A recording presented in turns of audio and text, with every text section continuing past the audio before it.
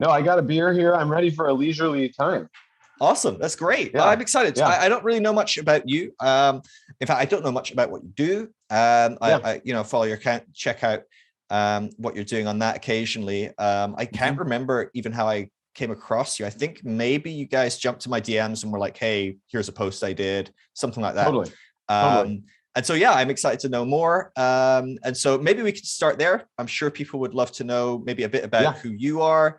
Totally. And we can talk maybe a bit about your journey, what you're doing today. All of it. You pick how much or how little you want to say. I'm sure I'll dive in occasionally. Yeah. I will talk nonstop as well. It's very much a conversational podcast. That's why it takes 2 hours, because getting me to shut up so the guests can speak is half the battle. So yeah. No, I've listened to about your last 4. I think I listened to your last 4 episodes, and I found that to be very refreshing. It's just like true conversation. And so I think that's what is enjoyable about the experience. You just sort of see what happens when you're generating that conversation. Yeah. Even when I'm a guest on podcasts, I'm like, I can do a spiel for an hour, but it's boring saying the same thing every time. I prefer like a back and forth. And the same deal with podcasts, right? You're like, oh, I love this person. They've done another podcast. And you're like, I've heard this podcast already 3 times because they're just doing their spiel. So as much as you want to do your spiel, but we'll see. I'll probably take it down some weird rabbit hole every now and again. Please do. I would love to go down a weird rabbit hole. So are we already recording or sure? Yeah. I mean, we'll probably I'll cut somewhere which makes sense, but it might be that it doesn't make sense anywhere. And I just keep it all in and people find out that, you're using headphones for a certain reason or whatever. Yeah. Well, I guess I can say a little bit about my journey, and then again, like you can pop in and comment or ask a question. So my name's Scott Gronholz. I've been a youth pastor here in Seattle, Washington for 20 years. I guess it's interesting being on like a deconstruction podcast or in a deconstruction space. I'm continuing to learn about maybe modern deconstruction. I went to Fuller Seminary, so I was I'm a seminary grad, got my master's of divinity. I went to Seattle Pacific University here and was a theology major there. So sometimes when I'm listening to people that are talking about deconstruction, I'm like, I think my education in theology was deconstruction in a way. It's like getting to study theology in your undergrad and somebody says, oh, well, the Genesis stories are just a poem. It doesn't have to be taken literal. I'm like, oh, okay. Right. Was that how you took it as well? Were you quite an easygoing person when it came to people presenting you information? You were like, oh, cool. Okay, course correct. Let's keep going. Or was that life shaking for you at times? That's a great question. I think my upbringing skewed conservative. I grew up in a Presbyterian church, and my dad was a Presbyterian pastor. My grandpa was a Presbyterian pastor. My grandpa was the first international director of Young Life, which is interesting. And so I didn't find it to be super conservative, although our church split on women in ministry. So my faction or whatever chose no women in ministry. Wow. And I just grew up with that assumption. And again, the moment I got to college, I think it was more of a relief rather than a disruption, because I all of a sudden was seeing a more progressive or liberal take on theology. And I thought, oh, great. And this has a lot of strong arguments and backing. It didn't seem like fluff or anything like that. In fact, it's like I'm talking with professors and reading really heavy theology books, and I was like, okay, This is very strong.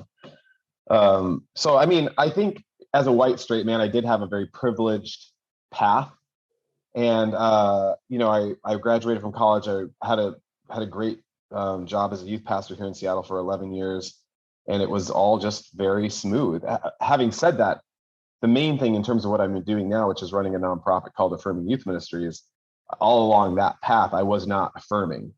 And I wasn't aggressively antagonistic, but I definitely was giving sort of the classic sex talks as a youth pastor that was saying, generally, I wasn't like shaming anybody, but I would say phrases like, it's not God's best for you. That's not what God wants for you to be practicing that heavy quotes lifestyle.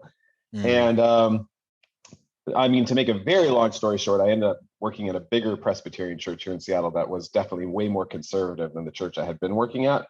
And at that point, I guess you could say I did some deconstruction at Fuller Seminary. Like when I was about 35, I went down to Pasadena and spent 1 year finishing my MDiv. And I think that year I was like, I'm going to study that topic as much as humanly possible. And for me, it was like grasping at air. I was like, there's nothing here to make me non-affirming. So what am I doing? I was looking for the big argument. I kind of always assumed that there was some strong argument there biblically. And, we don't need to go through all the clobber passages and all rehash that, especially for your audience. But I was just like, oh, okay, I guess I'm affirming. And that was like maybe 7 or 8 years ago. And I ended up working in an aggressively non-affirming church. At that point, I think we had 150 to 200 high schoolers participating in that program. And in Seattle, in a very progressive liberal city, more and more kids and my leaders were feeling much more comfortable coming out. And it just turned into a total shit show. Essentially, I was sort of advocating for them, and parents were starting to get concerned. Conservative and progressive parents are sort of fighting. The upper management and pastoral staff doesn't really know what to do. So eventually I got fired. A bunch of my leaders got fired.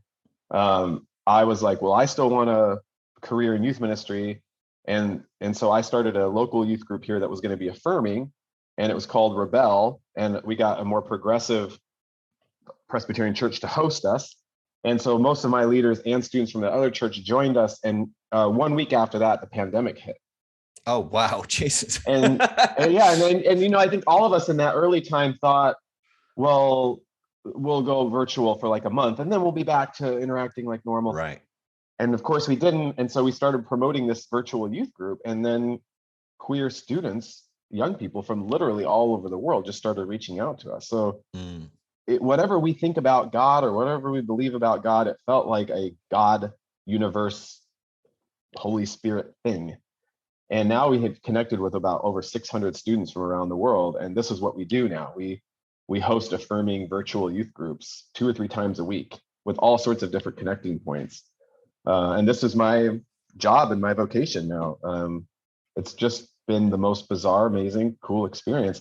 And then to also be at that old church and wanting to interact with folks like you. I remember I used to have Christina Cleveland several times on my podcast, and she knows that the church I was working at was pretty conservative, and I think she was always a little sketched out by even talking to me. And now when I say, oh, this is what we're doing, this is my role now, I think people are a lot more interested in what we're doing rather than talking to some sort of old stuffy white supremacist Presbyterian church.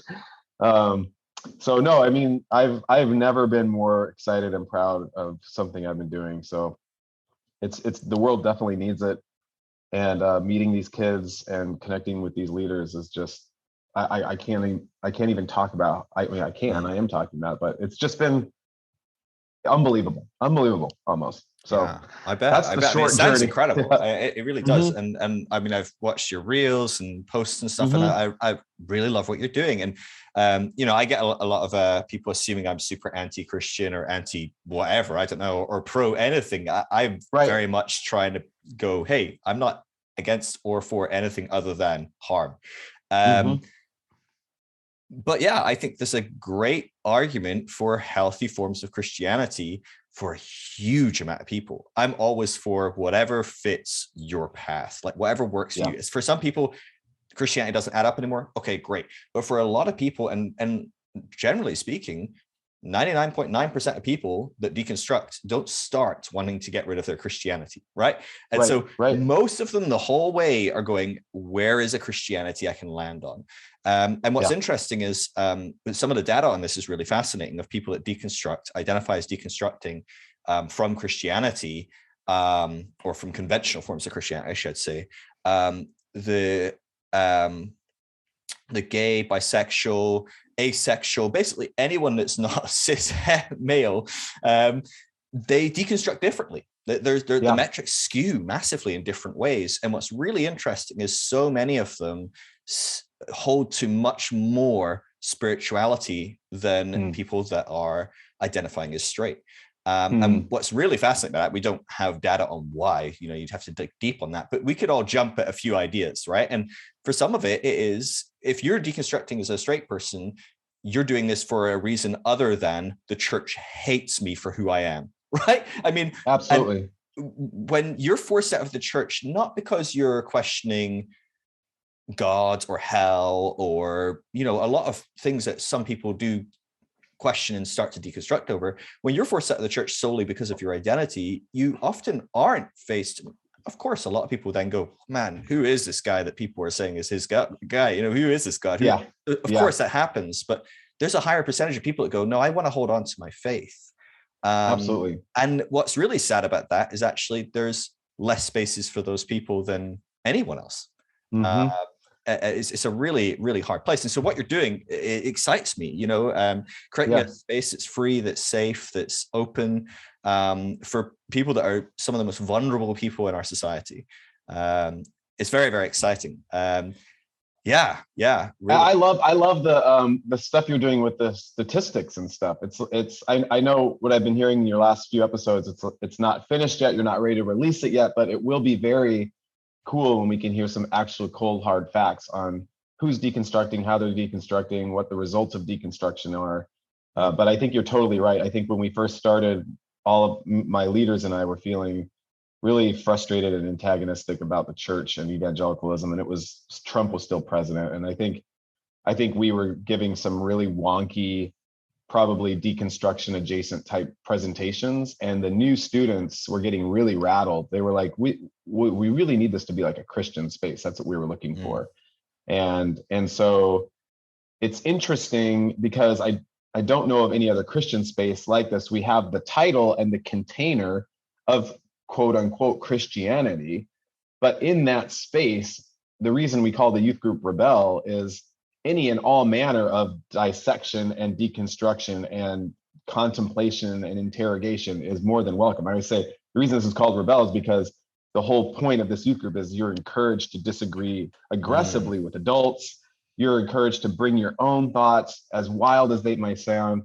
And then working with queer youth has poured rocket fuel in that philosophy, because we talk about like queering theology or queering the Bible or queering the church. And it's not subtle. Like, we're asking them to bring their full selves. I mean, even recently, my leaders were saying, hey, if this is an affirming space, you really do need to engage with a polyamorous relationship, you know. And I was like, wow, like even though I've said I'm affirming, I guess that's one more little step I need to take. And we did have a polyamorous triad come to the youth group and talk to the kids, and it was beautiful. Wow. But that's queering relationships. I mean, a lot of even my supporters and donors are like, oh, well, but not polyamory. I mean, that seems to be like the final draw the line in the sand. And I'm like, no, that's what affirming means. And so having folks be able to say, this isn't even about acceptance or inclusion. This is about shifting sort of your sort of obsession with straightness or heteronormativity, and sort of like releasing you and freeing you from those shackles. And in some ways, everybody, I don't know how to say this, but well, everybody's impacted that. Everybody's liberated in their own way when we're able to interact with people that are different than us. So yeah, no, that's good. I think you highlight some really interesting bits. I'm just trying to think of which one to follow. But it's fascinating. We all have lines, right? Everyone has a line somewhere in their makeup, whatever it is, socially constructed, whatever it may be for that person. We all get to points in our life where we go, whoa, I didn't know that was my thing, right? Or that was going to be uncomfortable for me. And you're faced with the option of, do I double down and go, well, no, that's just the way it is, or whatever, right? Which, let's face it, we often do, and especially when we have tradition and social structures around us that enforce that or support that. But it does take a lot for someone to face that and to hit that brick wall and to go, here's another way for me to grow. Here's another way for me to introduce diversity into my life, to make me think outside of my box, to expand my box. That's a really exciting thing. And it's not necessarily, I think we're fairly safe in saying it's not something the church has done very well historically. The church is not known for one that looks to expand its box to include diversity. It looks for conformity, right? It looks for people to conform to a certain mold and image, which, of course, when you're looking at people that are LGBTQ plus, like conformity. I mean, are you kidding? Like it's the poster child for nonconformity, right? It's saying, hey, your box isn't working. Hey, your binary structure is not working. It's not just black and white ones and zeros. There's more complexity here. There's something that fascinates me as well, though, and this must be interesting for you. You say you're straight, so you're a straight guy running this organization.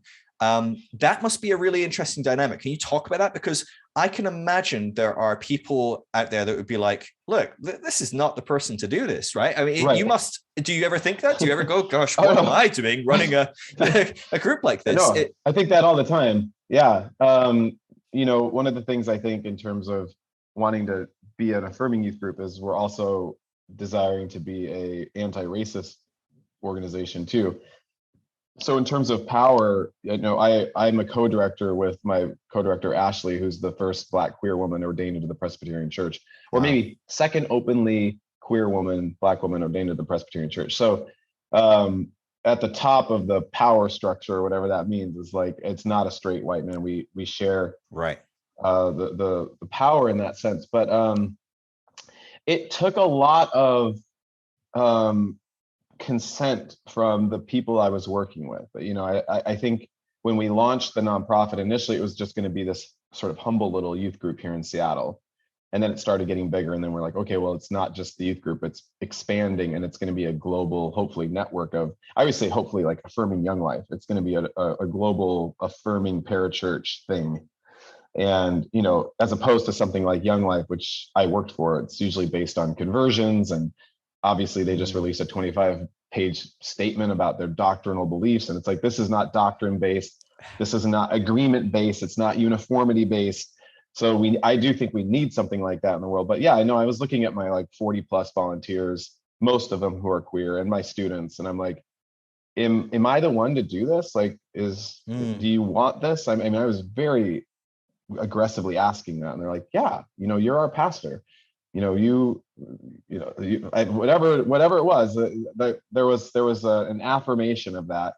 And so I think, having said that, it does take a new set of skills that I'm learning to adapt, of mostly kind of remaining in the background. I mean, to a certain extent, I was kind of hoping Ashley would be the one that would come on this podcast. And I want to have Ashley be out there a little out front more than me. But Ashley was like, well, what's deconstruction all about? Ashley was not super into the deconstruction stuff. And I'm sort of gluttonously consuming all this deconstruction stuff. So yeah, I mean, I thought it was a little bit more fitting that I would come on this podcast, but sure. I try to mostly set up other people as being sort of the upfront voices of the things we're doing. And I've always been been sort of obsessed with the idea of a shepherd. A pastor is a shepherd, and if I can just care for a group of people and be in the background a little bit, and then when necessary be in the forefront. But it's definitely tricky. But so far it hasn't really been a problem. It's been like 2 years. Nobody's ever really, no student or leader or parent or donor has ever really had a problem with it. But it's definitely something to pay attention to. Yeah, well, absolutely. And I think that's the balance, isn't it? Again, over here, straight white guy, plenty of privilege over here. Right. And I'm constantly aware of does the deconstruction space need another straight white guy talking in it? Or, should I be out of here? And that's a conversation to be had. I think it's a conversation to consistently be bringing up and repeat and looking at.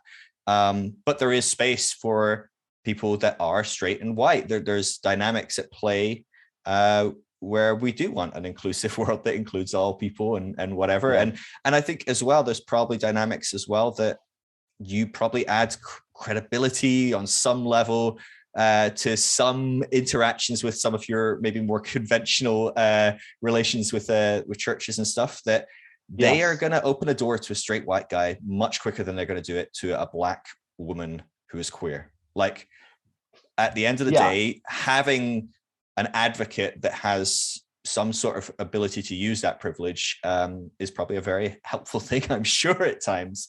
Yeah, I think in that sense it's true. It's like I think I've said that in so many words. We're always trying to figure out what's a good way to say it that's not too cringy. But if we can say utilize my privilege for your benefit. I want to use this privilege for something good. I mean, I had a friend of mine who was staying at my house, who used to be one of my interns and is now an ordained Presbyterian pastor. And I was sort of hemming and hawing about actually doing this. It felt like a bit of a leap of faith. And I live in a nice house here in Seattle, and she just literally stood up and said, what is this fucking privilege for if you're not going to use it for some good?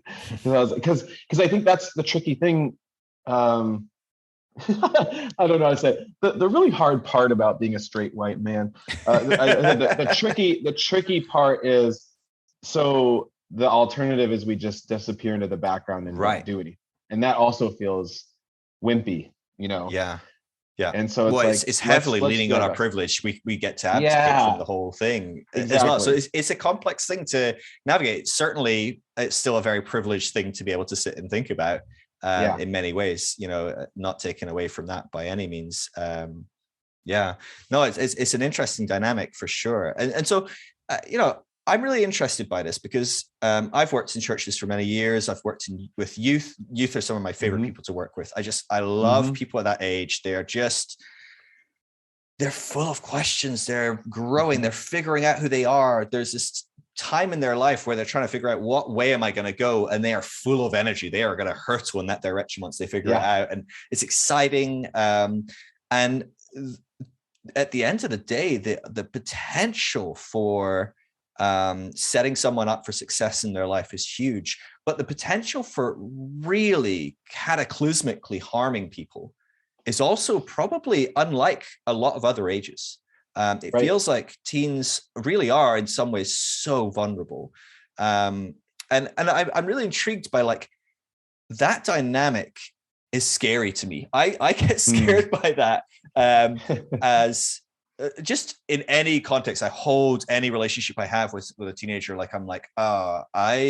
my default is to be a crazy rebellious guy that tells, man, who cares, whatever, roll with the dice, it's fun, whatever, don't worry about school, you'll be fine, or all parents hate me or whatever, but I also sit there going, you could really fuck this kid up if you're not careful, right? You really want to be careful with people that are in this stage of life. And I think when you're talking about faith, when you're talking about sexuality, when you're talking about gender, we know the stats on kids that grow up in the church that are LGBTQ. We know that just growing up in the church increases their chances of depression, anxiety, increases their chance of suicide, all sorts of things like that. Where do you come at going, I'm going to help a whole bunch of youth, I'm going to do it online? So many barriers, it feels like, even I imagine a lot of people that are coming to you are coming from churches that are not affirming. Because the vast majority of churches are not affirming. Where do you even begin working with 600 people like that, pastoring, caring for people? That sounds like a insurmountable task. It sounds like you're playing it's just a really, really complex thing to be navigating. You're a good question asker. Well, I just rambled for an hour. I don't even know if I asked a good question in there, but I just rambled about the thoughts that I have in my head about it. That's exactly what I love. No, I mean, like I said, that's exactly what our podcast is all about. It's all about the rambling. It's seeing what comes up when you let your brain just sort of wander around. That's what I love. I think you're asking the exact right questions. And I guess having sort of 20 years of youth ministry experience, it's all I've ever done professionally. I think that helps me feel a little bit sturdier in what I'm doing. But I think we made some missteps in the beginning, just in terms of being overly ambitious. Anybody that gets involved in this work, including myself, but my volunteers for sure, have a bit of a superhero complex. And in those early days, the first few 5 to 10 kids that we were finding online were so precious to us. Everybody's precious to us, but those first few kids are like, holy cow, one kid joined us from Hawaii, then another kid joined us from Texas, and another kid joined us from Florida. And this kid from Florida called and said, I am suicidal. I can't get into my house. I'm on the streets of Florida alone, essentially. And within 24 hours, we'd flown them up to Seattle. And then we had this kid on our hands And I was like, what did we do? Like, and we I'm don't like, have did capacity. you just kidnap someone? Yeah. No, we got the dad's permission, and it was no, but I mean, we have to clarify that for listeners. Like, we got the parents' permission. It was a very strange thing because they weren't affirming, but they saw that we were willing to help. I think this thing had happened where I would have had experiences like that in the past over my time as youth pastor, where I would get a call from a kid or a parent in the middle of the night, and they would be like at each other's throats, like screaming, and the daughters in their bedroom being like, my mom's trying to get in and hurt me. And we're like, show up with a few youth leaders, and we're like, let's just take the child out of the house for the night, of course with the parents' consent, and just give you a break from each other. So just come stay the night over here and get you a safe place, and then we'll see how we can fix this in the morning. So we were just like, it seemed like an emergency, and my impulse was just like, let's just give you guys a break. And so, the kid came up here for about 2 weeks, and I tried to talk to the parents about affirming theology and stuff, and they didn't really come around on that. But all that to say, it's like we once the dust settled, we were looking around as leaders, and we're like, okay, well, definitely can't do that anymore.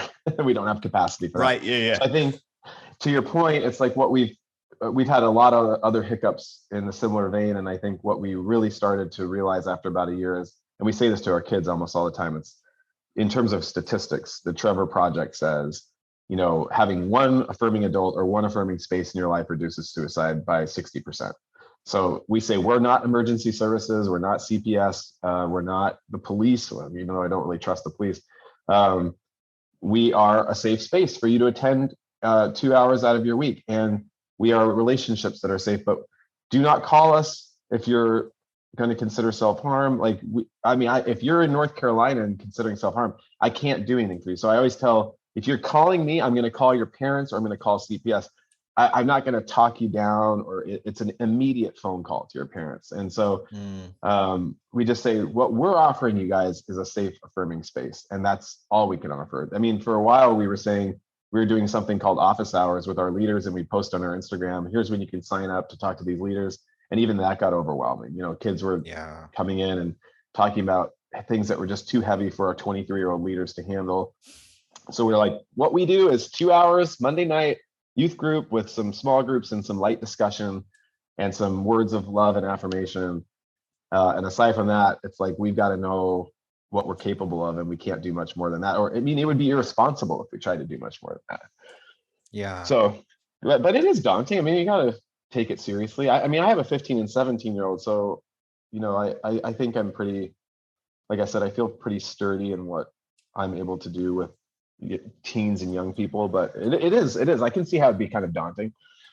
Yeah. No, I mean, it's a lot, right? I mean, talk about it. I mean, yeah, serious stuff being processed. And for a lot of these kids, there's no one to talk to. And they do turn to the one person they can talk to. And you're like, oh, I'm the only person you can talk to about this, but I am not a person you can really talk to about it. It's like, I get this a lot with just like adults messaging me. I'm like, you're processing your deconstruction, but honestly, some of this stuff, I don't know. Like, even if I do know, I mean, I'm not probably the ones to put it on you or tell you, or, it's a lot to process these things, and it's really hard not to jump into that superhero mode. Like, when you've got a kid that's really struggling, that is going to harm themselves, that is, going through crazy situations, that's telling you these wild stories. It must be really hard to draw those lines. I can't imagine. I'm the sort of person, I struggle to draw any kind of boundaries a lot of the time with stuff. Most of my listeners will tell you I chat to them all day, every day on Instagram, way too much, probably. That's why I get nothing done, and why research takes like multiple years to come out and stuff. But it must be a lot. It must be a lot. I think if you can make that mental adjustment that this is the most loving thing, then it probably becomes less hard. I mean, again, with experience, it probably becomes less hard, and I have to have boundaries with my own kids. And so, I'm 42. Most of my leaders are in their mid to early 20s. And so I think it has been challenging for them, but we've gone through it together. I mean, we meet every Sunday for leaders meetings. I don't think we've ever missed a meeting, and we process this together. And so we serve in community together, and we, support each other. And it is challenging, but I think once you're able to make that mental shift, that the most loving thing I can do is have good boundaries with a young person, or anybody for that matter. Boundaries are loving, clear is kind. And once you teach young people, or anybody, again, for that matter, this isn't even about ministry, what they can and can't expect out of you, then the relationship can really thrive. Because I think containers and boundaries are what help anything thrive. So it is hard. I don't want to say, but I think it was harder in the beginning, and now we've really kind of hit a stride of sorts. And now we're not so nervous about more and more kids joining, because we know what we're able to offer. We're not getting overwhelmed and saying, oh my gosh, this is so many kids, how are we going to serve these kids? It's like, well, all that we do is this youth group. And in addition to the youth group, we have one guy that does a Tuesday Bible study. We have one guy that does something that's a little bit like deconstruction, called Questions and Perspectives. That's like a 3-hour Saturday thing where kids just probably deconstruct together. But even that is contained. It's like, this is the Bible study, this is the morning 30-minute meditation that we do, and there isn't any more after that, so yeah. I mean, talk to me about that, because this must be an interesting dynamic as well, as someone that's a Christian that has deconstructed a lot of their faith, had to question a lot of things, gone through the different mills, found out that Genesis is a poem, found out that you don't need to be non-affirming or whatever it is. I mean, a lot of these kids must be coming to the table with some serious questions, because I just don't think you get to be a teenager without that. Never mind, right? If you are a teenager with every privilege checked, you're probably going, what the fuck is happening in life? And why are we here? Right? I mean, it's big teenage questions, right? I don't totally. Do teenagers go through life without asking those questions? Right. No, I don't think so. Is that possible? But then you add to the dynamic, growing up as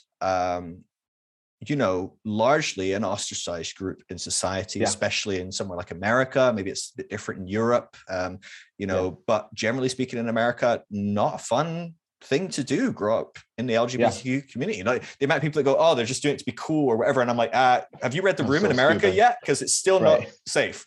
You've got that going on. You're growing up probably in Christian homes. You've got Christian parents that even when talking to someone that's, knows his stuff, is punching well above his weight, and is kind of explaining to you why it's maybe there's some options there to be affirming, they're still going to go, look, I'm sorry, I can't jump that hurdle even for my own child. These are some big hurdles. I mean, kids growing up in this environment, they're coming to the table with some questions about God and Christianity and theology.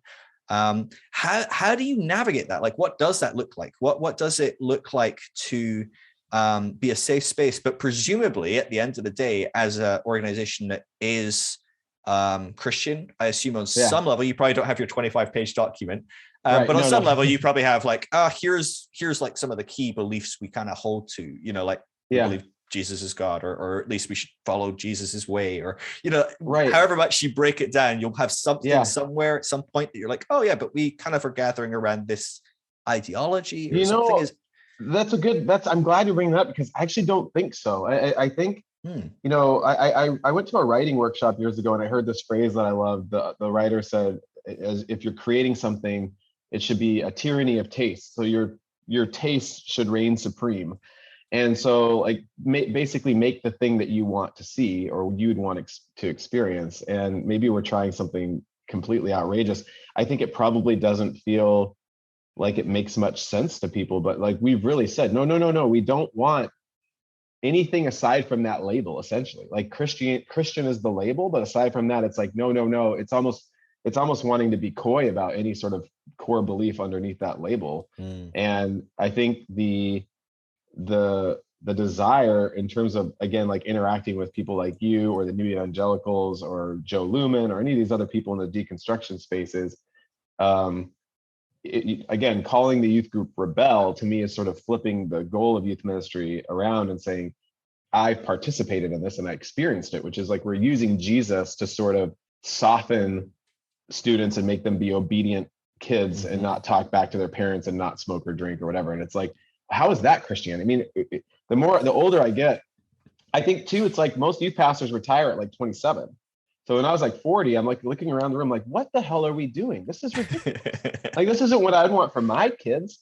And it's like, if we're following this rebellious person who always questioned and pushed back on systems of power, and we're not freeing up our students to do that, then we're not really doing Christianity or following Jesus. And so I think the idea is, and this might kind of go back into this realm of like, how does a straight white man take up space in these areas? It's like, well, I guess I can always be modeling listening and learning and growing and changing. And so it's like, if the conversations I'm having is not me teaching, me educating, me telling people, it's like I can model listening. I can help students and young people feel what it feels like to be heard, and not just heard in terms of like placated, but like really listened to and digested, and I changed because of the things I've heard.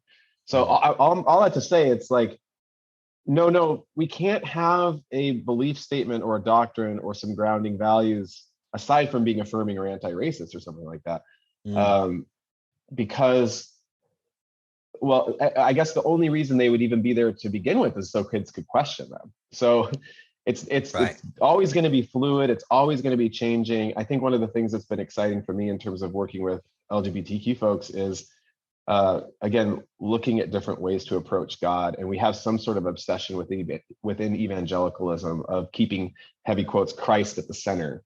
And so it's nice to say, okay, we're taking away this gendered view of God and saying God the parent and say God the father. I mean, this is all very basic stuff, but saying also, let's use they, them pronouns for God. Why not? That sounds great. And we're actually worshiping something that's very orthodox, which certain Christians love, is the Trinity. So that's God, they, them pronouns. And then I don't think we talk about the Holy Spirit enough, which is completely out of our control. And so, yeah, I guess if we are thinking in our brains, keeping Christ at the center as like worshiping a straight man, presumably, I think there's all sorts of fun passages where we could say maybe Jesus wasn't straight, which is really cool. But yeah, it's saying like we're letting the Holy Spirit continue to guide us and change us. And so it seems like that those grounding values would only get in the way of expansion. Like Pastor Ashley, my co-director, has been wanting to use the word expansion instead of inclusion lately. Like it's not about us in a circle of people that are allowing people in. We're including you. It's saying this is expanding outwards. I love that. So no, I mean, Christian is almost like a playful. I tell the kids, a lot of our kids have used our group as sort of the last stop on their way out of Christianity, and that would in our group be totally celebrated. Like that's what you need. And also, if you need Christianity, if that's what you want, well, here it is. But it's also whatever you need it to be. And that I know that would trigger so many. That would trigger so many third evangelical types of like, you can't just make it be whatever you want it to be. And I'm like, yeah, you can. Well, this is a big thing. So I mean, I just a couple of weeks ago had a prominent member of the Gospel Coalition is writing a book about deconstruction. Yeah, I saw your meme. I saw your meme this morning. Yeah, and so they I think they got pushed by their publisher to chat with someone that's doing research in the area that can tell them actually who are deconstructing Christians. Right. So they can't just say, this is who they are. And the publisher's like, you have to get some sort of data point. We don't want John Piper to tell us what deconstruction is. Right. Well, the perfect idea. And so, you know, but what's interesting, I talked to them and they were like, oh, so what percentage do you think like go into sort of progressive forms of Christianity and things? And I was like, well, early indications, I can give you some data points, but it's likely to change by 2-3% or something over the next year as we kind of funnel down the data a bit more. But it's very small amount, very small percentage really in the grand scheme of things. And what's interesting is I was like, you know, it's much more like that people become agnostic, spiritual but not religious, kind of these kind of like gray areas are much more common. Atheist is even less likely than Christian. You're less likely to become an atheist. Atheist is the least likely group. That changes for country as well, which is interesting. But in America, very unlikely. And I think a lot of that's to do with stigma and you know, whatever. But it's really interesting what she said to me, because she's like, I don't really care about people that don't identify as Christian anymore. She's like, they're uninterested. They don't want to be Christian anymore. She's like, I'm really concerned about people that want to be Christian still, but clearly aren't Christian. And I was like, spoken like perfect, like, you know, conventional Christian conservatism, you know, all that kind of stuff. Of course, they're wanting to police who gets to be a Christian. But I feel like that is very true for a lot of people. Is I think on some level, I mean, no parent wants their kid to be an atheist. They're going to picture them burning in hell forever and everything. That's just hard for sure. But there's something else really scary about, because they still think the progressive Christian is going to burn in hell forever as well, right? But the progressive Christian threatens you so much more than an atheist. Because, right? Because they're only on some level, and on a grand scheme of things, there's still probably quite a bit of difference between a conventional Christian and a progressive Christian. You know, do not take me as saying a progressive Christian and a conventional Christian are the same, but they're a lot closer than an atheist and a conventional Christian, right? I mean, and so I think there's some sort of component there of people's fear of anyone kind of going, oh yeah, this could be Christian, or hey, Christianity can look like this. It's a very scary thing, because we've spent our whole lives thinking that this thing should be black and white, and it's black and white for a reason, right? Because we have a book that told us exactly this, right? Please tell me the book says exactly this, right? I've not checked, but please tell me. Do you get a lot of pushback from people? I mean, to me as well, I'm bouncing all over the place, but here's a point I'm really intrigued by. Bounce around. I'm expecting you to then bounce around and try and pick up as many points as you can remember. But teenagers, a lot of time, you know, they're questioning and they're pushing and they're rebellion. And that is so true for a teenager. But in a lot of ways, they're grasping for stability and certainty as well. And teenagers can be some of the most black and white people I've met. You know, they can be very like, no, this is the way it is. Now, it might be, look, you're wrong. My parents are wrong. And this is the real way. I know exactly what's right. It's the exact opposite, right? But it's almost this like pendulum swing. And I guess, do you find that dynamic? How do you find that dynamic? Because I feel like a lot of people maybe are coming from these conventional spaces and they're looking for stability. They're looking for certainty. And it must be quite tempting as a leader to give them some real clear black and whites where you maybe go, where maybe even you think there are black and whites, but you know it's not going to work for everyone. But maybe a teenager will just latch onto it and it'll be good for them. You know, like it must be a weird dynamic trying to play in that role of going, we're creating a space where everything goes. But obviously for you, you have certain frameworks that you believe and that you live your life based on. That if you weren't careful, many teenagers would probably just grab that and just follow your path, right? To some degree. Yeah, well, I think that's been, I mean, I haven't really thought about it until you brought it up just now, but I mean, that's been one of the really fun things is like in the past, I don't think I would have realized it at the time, but looking back, I was probably hired, especially by a prominently white middle-class church here. Psychologically, maybe nobody would be able to admit this, but they're hiring me to uphold their standards. So I'm more of a tool. So they go, oh, a smiley straight white guy, he's going to come in and he is what we want our kids to follow. And to a certain extent, I'm again, almost unconsciously, subconsciously buying into that. And I'm like, you know, you want to model your life after me in my monogamous marriage and being straight and white and blah, blah, blah. Nobody's interested in modeling their life after me at this point. Nobody cares about my marriage or having kids or, nobody really cares about that. And I mean, I feel so humbled and lucky to be just anywhere included at all. I mean, it's almost reversed. It's like, I'm the lucky one for being included here and I'm the one that's learning. In terms of like what we're teaching, I think again, it takes a while because I think I've always had these philosophies, but the structures that I've been working in kept me from really indulging in the philosophies of like I said, sort of the spirit of what we're trying to do in the youth group with Rebel, but it kind of goes to this sort of Mr. Rogers vibe. It's like, I mean, the main thing we have to do is just love you, and care about you and tell you that you're great and listen to you. And it's like, we can, what we do and we teach, quote unquote, is present some ideas and let you process it. But we're not trying to get you to agree with us. I mean, the series we're doing right now is we're taking a look at some different passages where there's sort of a spirit of rebellion and in a way Jesus was working. Like we're taking a look at when Jesus questioned the teachers at the temple as a teenager. We're talking about doubting Thomas. We're talking about Jesus feeding the 5,000 and relying on a kid to bring the gifts forward and all this.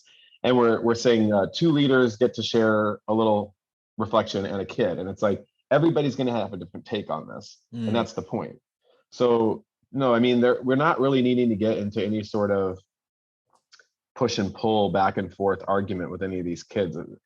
I guess, we're rambling and bouncing around. One of the things that I think is very valuable psychologically, like the role of a parent in so many ways, is to play sort of this mother bird role, like digesting the food and regurgitating it back up. It's kind of a gross thought, but like our what we're trying to do is not teach kids the right answers. We're trying to listen to them and then say back to them what we're hearing them say in a way where they can listen to their own heart and spirit and get in touch with their own mind. And they're overwhelmed, and they might even be passionate, and they might be saying things you disagree with. It doesn't matter. Your job is to listen and absorb and process and do some of the work that they're not able to do because of their age. Yeah. So yeah, I mean, it's really fun to not have to be in that state anymore of like trying to police and watch and argue and push back. Because those in the young life days, I was probably at my worst. I was like really trying to get them to funnel them in that camp experience, to get them to say a prayer by the end and accept that Jesus Christ was their Lord and Savior. It was exhausting, Yeah. Oh gosh. Yeah. I mean, it's hard, right? I mean, it's hurting cats trying to get teenagers to do what you want, right? I mean, it really is. And yeah, I mean, you hit the nail on the head, like for so many churches, what they're looking for is, can we find a young, relatable version of our senior pastor? Basically, right? Exactly. Can we? Because they're not listening to this old white guy. Maybe they'll listen to this younger white guy, right? Or even when they, get an urban pastor, right? And what they're saying is, can we find a black guy who's going to give exactly the same theological components and all these different things as our straight white pastor to his black friends? And we'll call it urban because, that's maybe somewhat acceptable. I don't know if it's particularly acceptable anymore, but that was a big deal for a while, right? I mean, every church in any big city had an urban pastor, and it was almost the one black guy on the team of like 20 leaders or something, right? And it was because we were like, oh, we need to get black people in our church, and for some reason they're not coming to this church with 900 white people and 4 black people, that's so weird. Exactly. But really that's what's happening for most people as they kind of bring a youth pastor, is they're not looking, because as someone that's been in youth leadership, generally speaking, most youth leaders and most youth pastors and stuff, they're coming in like fresh out of college. They got some edgy stuff, right? They're like, oh, can I swear? Can I push the boat? Totally. And can I talk about this passage and how it meant that Jesus cursed when he said this? Or can I talk about the fact that it's actually okay to question in certain contexts or whatever? And most senior leaderships are constantly on the back of a youth pastor, right? It's the bane of youth pastors' lives, constantly being tattled on, told to stay within this box, whatever. And that's usually when the youth pastors are really conservative, kind of generic, conventional Christian. They're not even like crazy, deconstructed, wild progressive. I've been in some of the most boring ass churches that are so conservative. I mean, I was in a Brethren church at one point, and they got this youth pastor, and it was so great. But he swore occasionally. And by swore, I mean, he said crap or something 3 times. I'm like, Jesus Christ. And this is in Scotland. We say fuck is like our pause in a sentence. We're like, what were we? Fuck. Oh yeah. We swear all the time. But for some reason, this was too far. And then they hired in this guy who literally could have been a cardboard cutout. He had no personality, and it looked honestly like his interactions with teenagers was almost like someone had just described what a teenager to him was, and he'd never met one. It was honestly like he just did not know what to do, and he just saw it as his path to becoming a senior pastor. I got to pay my dues as a youth pastor, and then totally. But they liked that, right? Because he was just like the senior pastor. The problem was he wasn't relatable. But the point being, when you are that relatable person, you probably are open. You are aware of the issues on the table in a way that senior pastors aren't.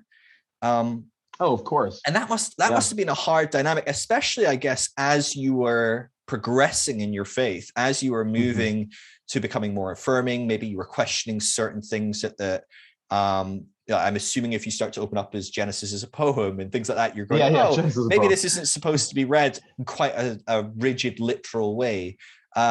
Even having that in the back of your head in a church where every Sunday when you hear the message and they're going, well, the Bible clearly says, or, like it's Adam and Eve, not Adam and Steve, or it's like 6 days and 6,000 years or whatever. How was it for you navigating that dynamic? Do you think that was a catalyst for you? Like, did that kind of like put a fire under your ass, like being in that sort of middle ground?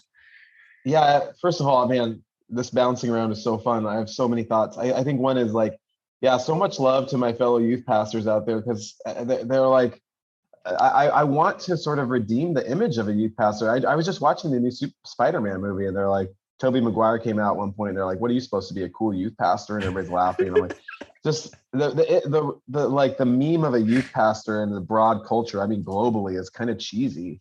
It's like this older person that's trying to rediscover their youth or something, and wanting to stay relevant. And that's tough. But I have to say, I was sheltered. Like I worked for 11 years at a very progressive Presbyterian church, and I was able to stay and process and do whatever I wanted. And I was probably saying some pretty wild stuff, but it was all under the guise of, we're just trying to stimulate conversation. It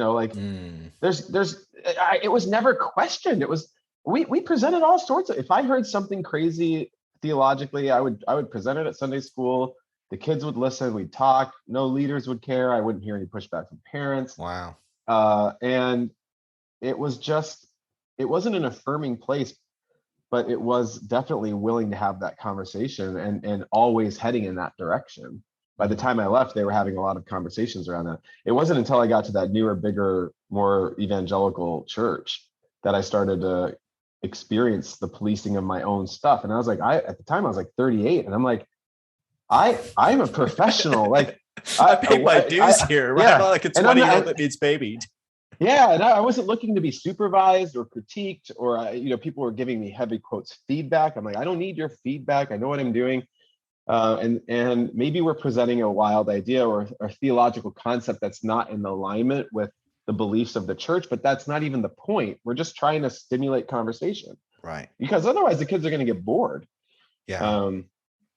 So it wasn't until then, and again, like I was very quickly very antagonistic and belligerent with that church. It was, I was just so confused. I was like, it's exactly right. I was like, I paid my dues. You guys pursued me. You wanted me to come here. I'm not looking. At one point, I got written up for giving a talk that seemed dangerous. I put up an image, and it was, again, engaging with some of Christina Cleveland's stuff. And it was like, God is a black woman. And it had a picture of a black woman getting crucified. The next day I got a write-up of like, Scott is creating a dangerous subculture in the youth group. That was one of the taglines. And I was like, okay, well, let's be clean about this. This person has no youth ministry experience and shouldn't be writing me up. And so I was like, very Presbyterian. I was like, let's invite the elders. So I invited our 4 youth elders to come hear one of my talks. I'm like, let's let them say whether or not they like my talks. I'm not trying to do anything secret here. And they liked it. They're like, oh, Scott's doing great. We liked that. The kids liked it. I still got. Was fired, that like but your best like message you've ever given, or your best conversation? No, I wanted to be authentic at all costs. I'm like, I said to these parents, they're the youth elders. I was like, this is going to be a standard talk. It's probably going to be out there, and I want you to let me know if it's too much, And one of the parents came up afterwards. She's like, Scott, I don't see any problem with that talk. Now, I've got to be honest, I don't know what you were talking about, but I have no concerns. I was like, okay. That's so funny. I love it. Yeah. Just confuse them to agreement. Yeah. I have to say, in terms of deconstruction, I'm 42. I think you're like mid-30s, right? Yeah. Yeah. I'll take mid-30s. I'm starting to eke up towards the end there. Okay. Are you early 30s? No, I'm 37. 37. Oh, you're 37. Okay. Yeah. Yeah. Mid to late 30s. I think for me, I went through probably a secret season of deconstruction in my early 30s. And for me, it was just discovering, I think I have the book back here somewhere. Christopher Hitchens wrote this book called God Is Not Great. And I was engaging with all the new atheists and Richard Dawkins. And there was like this circuit of speakers that were going around that were engaging like in apologetics with these atheists. And I was desperate to hear the Christians win. And I would just watch these at night, being like, I hope they have the right talking points. And at the same time, do you know Pedro the Lion or Dave Bazan, that musician? Mm-hmm. So I mean, I'm like, that is a like, that's the ground zero of my deconstruction, I think, because he was a Christian artist, musician that was Christian and but engaging with his faith very authentically through his faith. And then he came through his music. And then he came out with an album called Curse Your Branches. And it was essentially, every song was about him losing his faith entirely. Wow. And I was like, I don't know what I mean by this, but I think at that point through that album, I did also lose my faith. And it probably just disappeared, and I kept being a youth pastor, but like something else emerged, and it was all sort of very private. But the beautiful thing is, at this point, it's not an anxiety thing. It's like, I have no idea. I have no idea about God. I have no idea about the Bible. But I don't have to be all manic and anxious about watching these debates or anybody winning. Nobody needs to win. Nobody needs to have the answers. It's just so much nicer. I probably, like, the best description of like what I would call myself is an agnostic Christian. Like, I don't know. I don't know if there's a God. Like, how does anybody know? But it's really fun to still say you're a Christian and have people like, no, you're not. And I'm like, yeah, I am. It's so fun. I love it. Well, I think, you know, I say this all the time, but I mean, if we were honest, I think most of us would say we're agnostic, right? I mean, like, you know, anyone that actually believes they know what's going on here. I mean, they're the people on the tour, right? Doing their like little argument with someone else that thinks they know what they're talking about. And everyone else is sitting watching going, look at these idiots. Like, I mean, I get it. Maybe one's smarter than the other. Maybe one has a better argument than the other or whatever. And that could be a completely different conversation the next time. It could go a different way. But look at these idiots. They actually think they have any idea what the heck is going on with this bunch of atoms that's gained consciousness on a spinning rock through space. Like, what the fuck is this? Like, no one knows what this is. Let's be honest. No one knows. Let's be honest. Yeah. And that's the thing. It's like, people psychologically want a guru. They want someone to tell them that they have the answers. And I think it's this really unhealthy marriage of energies of like a mass of people who want a guru, and then somebody who indulges in that and says, I'll be the guru. And then they take on that responsibility and get a lot of praise for pretending they have the answers.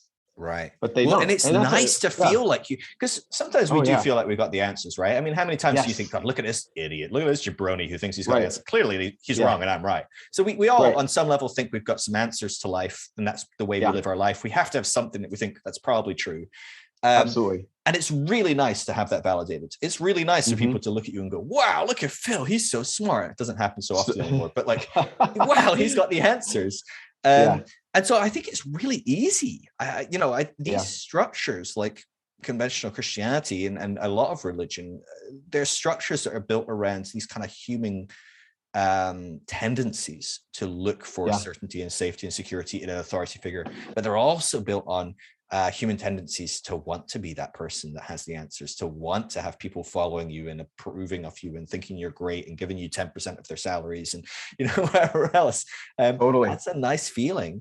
And I think it's so refreshing to talk to someone that's going, hey, what would happen if we brought up teenagers not like that? What if we brought up teenagers not seeing the world in black and white? What if we brought up teenagers that ask questions? I mean, asking questions, good God, what a great way to do life. It's like it's science, very scary for a lot of people, I think, as well. You know, we had back when I was still in the last church we were a part of, we were constantly advocating for more of this kind of model. And we did something called, we did kind of like questions and answers, but we completely killed any hierarchy. So we literally just had a mic and said, who's got a question? And someone would come up and go, I've been thinking, do you ever think that like hell feels like a postcode lottery? Like, what if I was born in Baghdad? And then they put the mic down and anyone in the room can pick up a mic and I love that. And you got that's it. 30 people giving 30 different answers. And what's really fascinating is some people go, oh, this is so refreshing. I don't feel like I have to have the answers, or I feel like there's some options out there. But you had other people going, oh, fuck. I'm so terrified right now because I had put all my stock in definitely going to heaven. Yeah. I don't even know if there's a fucking heaven, never mind a hell, or, you know, like, or maybe I'm going to hell. Yes. The postcode lottery works for Muslims and not for Christians. I don't really know. Yeah. Like, and so there's something about these spaces that can be quite complex as well. And I guess that must be, do you find that some of the teenagers coming to you are looking for a bit more black and white, a bit more stability, a bit more certainty? You know, because I can imagine they're coming from very unstable places, a lot of them. Not that the person themselves is unstable, but the environments, right? I mean, to grow up in a Christian home, there's no space for you to be fully who you are in that home. There's no space in this community for you to be fully who you are. Got some questions? Not here, pal. Right. But then on the flip side, to go from that and to find your people and go, oh, these are my people, and then go, Jesus, none of them have any idea what's going on, and they all believe a different thing. That could probably be quite terrifying in a lot of ways for a lot of kids, right? I mean, I don't know. I'm thinking at that age, I wanted to know the right answers. I didn't really want to know there was 28 answers. That's a good question though, right? I mean, you're asking such great questions, and I'm even using this as an opportunity to get back in touch with my sort of beliefs and philosophy in a way. It's like, I wonder too with you and me, because I relate to that. It's like, where did that desire for certainty come from? I wonder if my upbringing was causing that desire for certainty, that like my grandparents and parents were saying that's what we should be looking for. So in the dinner table and the prayer times and the conversations and the Sunday school classes, that's what I thought I needed to be searching for. But all that to say, I mean, I feel like I'm in pretty good touch with our students. I don't feel like they're looking for that type of certainty. The tagline for our podcast is helping people live a less certain, more curious life. So we want less certainty, more curiosity. I always try to clarify it's not no certainty. It's just less certainty. But this is just, I have no idea. Like, it would be so fun to actually have some of the students here and see what they think about what I'm about to say. But it seems like if the certainty is in a God, and we love using phrases which, other traditional conventional Christians don't like, but like, the divine or the ground of being or ultimate concern. Paul Tillich, my favorite theologian, would always say ground of being or ultimate concern.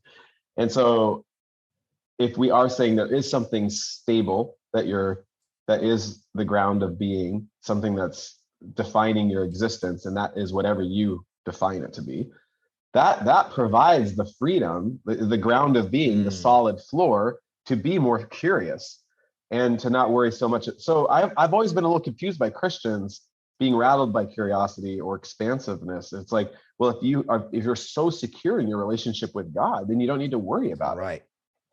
Yeah. So I mean, maybe there is a certainty, but I think when it comes to parenting and when it comes to youth ministry, the certainty comes from the stability and the reliability of the adults.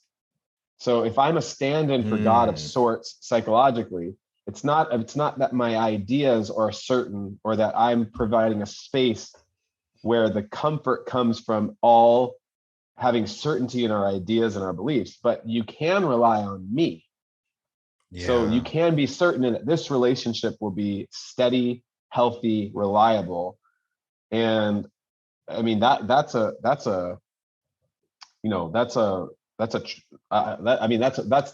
task. That's the hardest thing, is producing healthy, stable adults that can be in these kids' lives. So maybe that's sometimes where the church goes wrong. They're so obsessed with recruiting a bunch of young people who are going to parrot what the church is saying, and that makes them feel really good, rather than prioritizing healthy, stable adults in the kids' lives. Yeah, because what it does is the opposite, right? On some level, I think we all, at some point in the church, maybe we were later than as a teenager by the point we started to kind of start putting this together, but I'm sure a lot of people at even the age of teenage, even maybe before, have had this moment where we realize this isn't a safe space for me to say this, whatever it might be, right? Totally. Who knows? And so, maybe there's a kid there in the class going, yeah, what if God was a black woman? But they know, actually, maybe I shouldn't say this. Or they say it and they quickly find out, oh gosh, this relationship that I thought was certain is maybe less certain. There's maybe an option for me to be locked out of the house and have to be flown to Seattle. Right? They don't do that anymore, so I'm at the house on my own. But, that's that's really fascinating to me, because I know, like, I'm a big fan of, I love studying psychological development theory, which is fascinating. And obviously you've got children's development is clear there, that at certain stages of a development of a healthy human, there is a larger and greater need for stability and certainty. And that's usually pre-teen for the most part. But it's still very present within teenagers that they need some stability there. They need some certainty to hold on to, especially because it's such a time of questioning, and a lot of the certainty is falling apart. I think when I deconstructed, there were certain things early on where I was like, well, actually, of course it's fine to question hell. I don't believe in a God that would send me there if I was wrong, right? So like you've got this like foundation of God is love. And it's like, well, if I'm wrong about my beliefs about hell, a God who is love doesn't send you to hell for it, right? And so suddenly it's like, oh, I'm not so scared. Whereas if you're like, well, maybe I'm wrong about God and God actually might kick my ass for eternity, that's scary. And so I'm really intrigued by it, because that's a fascinating dynamic. You creating that very secure, stable relationship that says, look, everything in life can fall apart, but from this hour to this hour, you can call in on Zoom and we can hang out. And from this hour to this hour, there's someone that can message you if you need to chat a little bit, or, there's some stability here. If you've got questions, there's a 3-hour session on Saturday. You can call in and ask your question, and there's no one's going to judge you for it. Whatever the conclusion is, you're safe to figure out your own conclusion. That thread of certainty, I've never thought of it like that, but that's a beautiful, beautiful thing. Because I do wonder if we are so much more open to that destabilizing process, which is just part of being a teenager. It's part of growing up, right? Realizing that your parents lied to you. They don't have all the answers. Life isn't so wonderful, and we're all going to burn up in World War III or the climate catastrophe or something. These are like things that teenagers are starting to realize that maybe they didn't realize at 7. And that's scary if you don't know for sure that your parents will still love and accept you, if you don't know for sure that the youth pastor's there for you, if you stop parroting the right phrase, right? If you put them in hot butter with the senior pastor, maybe you're not going to be as stable kid in the youth group. It's a beautiful dynamic that what you're describing. I mean, it just sounds exciting to me. I would have it's so fun. Loved to grow up in that dynamic. And also maybe I would have hated it, because I was really black and white, and I wanted black and white at that time. So maybe I would have hated it. Maybe I would think I thrived in my weird, conventional, fundamental world at that time. I think it worked for me, and it was what I needed at the time for whatever reason.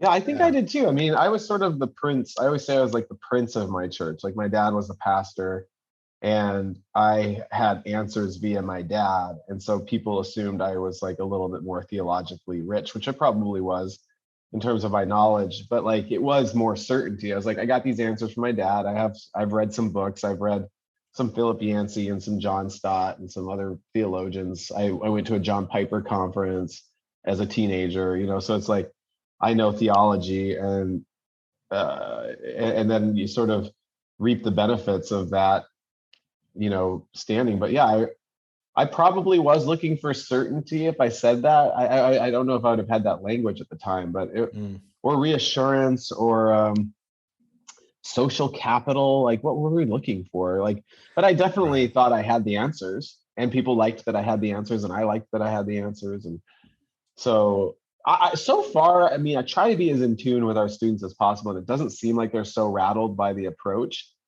but they are finding certain leaders that they gravitate towards. So our leaders are also different flavors of sorts, of different types of. So one of my leaders, Byron, I've been working with him for like 5 years. He loves the Bible. He loves talking about the Bible, loves deep diving the Bible. And so he does have a Tuesday Bible study where it's like, we are talking about the Bible, and kids want to talk about the Bible, and they want to hang out with Byron.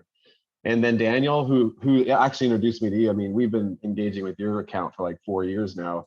Daniel was like, you got to check out this Phil Drysdale guy. And I was like, okay. So he does questions and perspectives. That's the sort of deconstruction space. And then, we got all other sorts of things in the middle there. But it's interesting. One of the things I say is everybody deserves special treatment. I think one of the things that I just caught on in the culture of youth ministry over the years is this sort of like standard stock phrase when you're on a mission trip. and the adults have reached their limit, and they say nobody gets special treatment. And that was just something that I inherited, and I would say. And then I'm like, wait a second, we all get special treatment.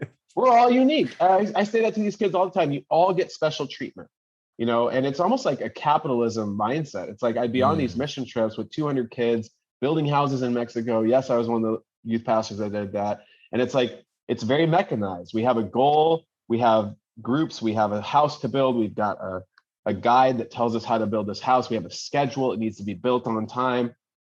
And we're just like metaphorically kind of whipping these kids to get this job done. And in that sense, nobody can get special treatment because we have this bigger goal of finishing these goddamn houses. And it's soul crushing. And it's like, well, why are we even doing this? Like, what's the goal of youth ministry? But all these kids down here just so we could yell at them for a week? Why don't we create an experience where we have the capacity as adults to generously care about these kids? It's ridiculous. Why don't we even do these Mexico mission trips? It's outrageous. But yeah, the fact that we have, as the adults, signed up and created an environment where we don't have capacity to care for each kid individually. That's on us. Yeah. And we're running around yelling at the kids for wanting to be cared for. It's so stupid. Right. I think this is a lot, you know, the more I hang around younger people than me, which as time goes on, there's more of them. The more I think, God, I've given up. I've set in my ways, or I've become quote unquote realistic or whatever. Right. And you look at these things, right. And you talk to people, to younger generation, and man, there's a good reason they're more depressed than we were at their age, right? Because we were still in a system that worked on some level, right? We really would go to college and get the job. And, you know, we hadn't realized we were destroying the earth yet, and completely at least, or, you know, like all these different things. But there is a dynamic where you listen to kids today and you're just like, it gives me a lot of hope, for one. If we can keep this thing going long enough that they can take over, I think we'll be good. The question is, will we be able? I don't know. I know. I really hope so. But you know, you talk to kids. I mean, they're just so switched on. They think so differently. I remember laughing. I've said this a million times on my podcast, probably, but I mean, it's probably because the last time I got out of the house, the last time I traveled was like January 2020. I think I was in the South in America, and I was talking to this kid who lives in this really kind of small town in, I think, Louisiana, you know, middle of nowhere. I'm talking to her. She's like 14. And I'd just been talking to the parents about how they weren't affirming, and that they were talking about maybe some problems with transgenders these days, and they're wanting bathrooms and kind of usual kind of conversation that I'm like, oh, why am I here? How did this happen? Right. You have these moments where you're like, do you know me? Because this is weird. Am I the mission? Like what? Yeah, how am I here? Did you fly me to convert me? They didn't fly me, to be fair, but maybe they got sidetracked. But it was really interesting talking to their daughter, and I was just like, you know, what do you think about some of these things? You know, like, and I'm like, what do they teach in your school? And she was like, not good, basically the same. And I'm like, oh wow. And I'm like, and you see that as not good? And she's like, yeah, I've got friends that are trans, I've got friends that are gay. She's like, and I don't have a problem with it. And I'm like, how do you engage with that? Like, what, like, you know, that's your teachers are telling you it's wrong, your parents are telling you wrong. And she's like, yeah, but they don't really raise me. She's like, that's the internet. It's celebrities. It's Facebook groups. There's Facebook groups. It's Snapchat. It's like even like whatever that was 2 years ago, they weren't using Facebook. Jesus. And it is this dynamic. I mention a lot to people today. I'm like, how do pastors think they're going to get away with this? Like, youth pastors have cottoned on. You can't do this anymore. You can't get up as a youth pastor and say, the Bible clearly says you can't have sex before marriage. Can't do that as a youth pastor. That's such a triggering sentence, dude. The Bible clearly says. Right, exactly. But they're pulling their phones out as you're saying it. 13, 14, 15-year-olds pulling their phone out going, does the Bible really say you can't have sex before marriage? Top 5 results. Well, yeah, maybe some say yes, some say no. And you're like, oh, there's questions here. Oh, wow, there's a whole like Facebook group again. They're like, not looking at that. You know, there's stuff online that goes, this is a bigger question than what your youth pastor just says. And overnight, like, youth pastor loses all credibility, right? If he's just going to lie to us and tell us this isn't a discussion. And I think that's part of what you're doing as well, is you're treating this younger generation like the very smart, switched on, and more connected to information than ever before. You grew up as like, I don't know, like a potato farmer in the 1760s, and your pastor tells you this is what the Bible says. You're like, fuck me, I don't even read. Sure. Right? You know what I mean? Like, what am I going to do? Go to the library and rent a book? I mean, like, there's not even libraries yet. Like, you know what I mean? It's just like, I have very little options. Like, it's so true. I mean, you could probably do that in the 60s. And most people were like, I'd have to rent books at a library. They'd probably be written by theologians. I wouldn't get it or understand it. So sack it. I'll just believe what has to. But like at this point, we literally have kids fact checking us with their phones. You know what I mean? Like it's just, they are so able to access these things. And I think it does require us to have a very different type of relationship. You know, you can't have these black and white conversations. You can't have a just because I say it kind of conversation, which has been how teenagers have been dealt with forever. Right. No, I mean, it's true. I mean, I can see the books behind me in my Zoom, and I've got like 4 more bookshelves like that in here. And it's the same thing. It's like, again, my dad and grandpa being pastors, you know, you walk into their offices, and for me growing up, it's like, it's sort of an impressive visual to see a room full of books. And you're like, okay, my dad went to seminary. He's got all these books and this knowledge that I don't have. It. I didn't have the internet when I was a 16 or 17-year-old. So I just assumed you've read the books. You know, I don't even know any other people that have gone to seminary. So it's amazing now that it's basically an open platform. But in so many ways, some of these older institutions, seminaries, colleges, churches are functioning with that same assumption that like, oh, you respect me because I've read the books. And people are like, not really. I don't really care that you've read those books. I can look all that up on the internet. And part of me is like, gosh, why did I spend so much time and money going to school? I appreciate that I did. But, you know, again, like I try to do these shortcuts for people because we spend so much time talking about it. And it's like, of course, like I love a nice long meandering conversation, which is what we're doing now. So I don't need to bottom line and shortcut it for everybody. But I did hear something that was like as close to a silver bullet as you can with youth ministry and parenting too. And I thought this was genius. And it was like 15 years ago, maybe even more. And it was this guy named Christian Smith who did this worldwide, global, I think national study on youth. And I think it was through Notre Dame or Yale. I forget where it was from, but you know, you love statistics. And he said that the main finding throughout this research project was that you get what you are. That was his main finding. So it doesn't matter what you teach or what your parenting philosophies are or the strategies that you choose to adopt. And he's thinking mostly of teenagers, is teens will become what you model for them. And so essentially the behavior of your 17 or 18-year-old is just mirroring back what you're doing. And so it's like, we don't need to worry so much on the content of what we're teaching people. I mean, the best thing you can do is just work on yourself. That's the best thing you can do. And then you're going to get a kid that works on themselves. And so I'm only saying that full circle to say, if I'm working on myself and the premise is that I'm learning and growing, then it's just a beautiful circle of mutuality. Like I'm talking to these kids, and again, it's not placating. They're teaching me, and they're benefiting from being able to teach me, and I'm benefiting from learning. And but I do know it's like if you set up this youth pastor to say, hey, we need you to give the answers, and your job is actually contingent upon giving these answers, and you're only 25, it's like, what are you going to do? So kids try to challenge you, you get defensive, and it turns into arguments, and it's just outrageous. I mean, when I engage in all these sort of Instagram deconstruction spaces, it's like it's really interesting because for me, it's always about youth ministry. So I'm like, where is the youth ministry like space that fits into this Voltron deconstruction thing? You know, you got Phil Drysdale here, you got Joe Lumen here, you got New Evangelicals over here, and all the other people that we know about. And then where's the youth ministry part? And I think that's what I would like this to be, even though I don't want it to be officially labeled as deconstruction. I think it's in the movement, it's in the spirit, it's in the stream, you know? Yeah.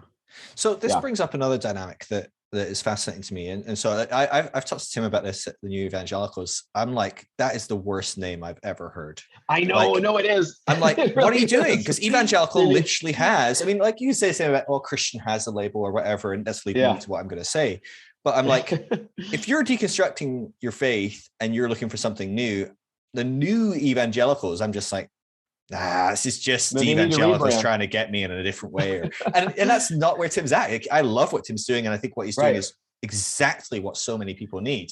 But I'm just like, that name for me, I'm just like, red flags. Like I literally, when I first came across him, I was like, whoa, wait, what's going on? I like read his stuff before I replied to it. I'm like, where's the catch here? Am I being set up? And, is this a punk situation? Is it a gotcha? Like, I don't know. Right.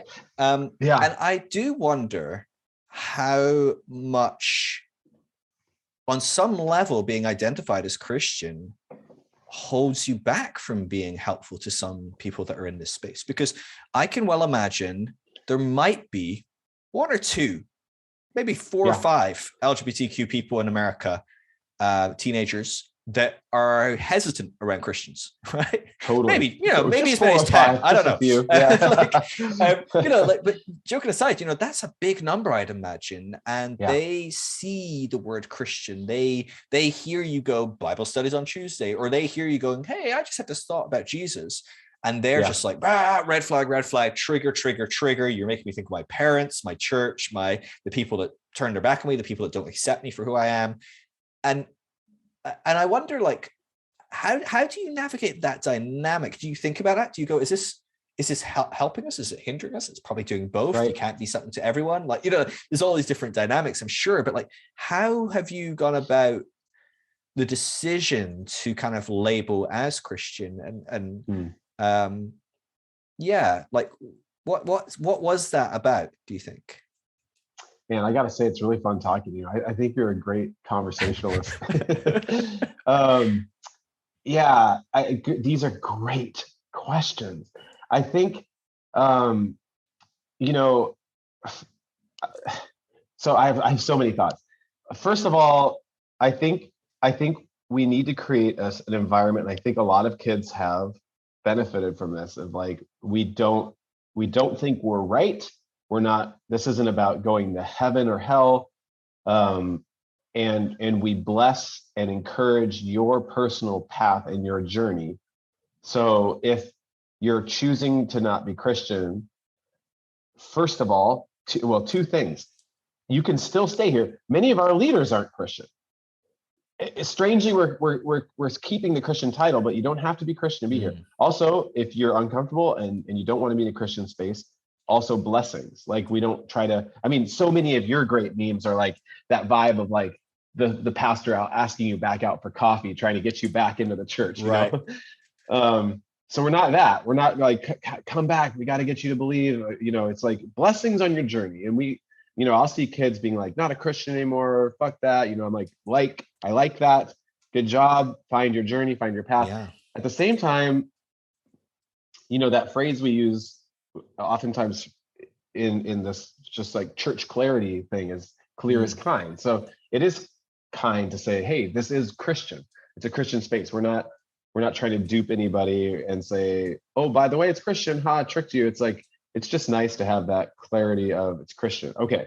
Having said that, if somebody joined our group, it'd probably feel like universalist or Unitarian in a way. Like, we're not always using scripture. We use a lot of secular songs in our worship time. Like, we use Bjork, we use Beach House, we use Death Cab for Cutie. It's like, and that's a worship song, so it's Christian. And in that sense, it's also like, we haven't talked about scripture in 5 weeks,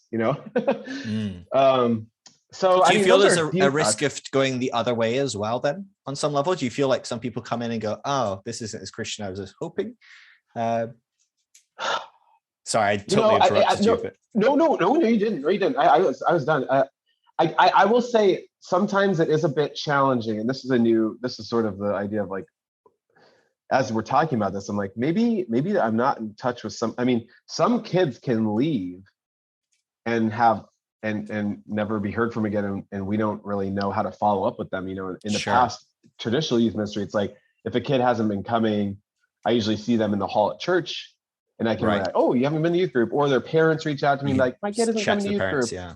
So these kids can just disappear, and I'm like, I don't know. That kid lives in Austria. I haven't seen them in 6 months. I don't know, Right. you know. So it could be the case that some kids have shown up and been like, this isn't Christian enough, and then I guess in that sense, it's one of the really cool things about this group, which might be, I'm all of a sudden realizing maybe there's another side to this, but like any kid that shows up isn't being forced to come by their parents, which is really refreshing, because every kid that's there wants to be there.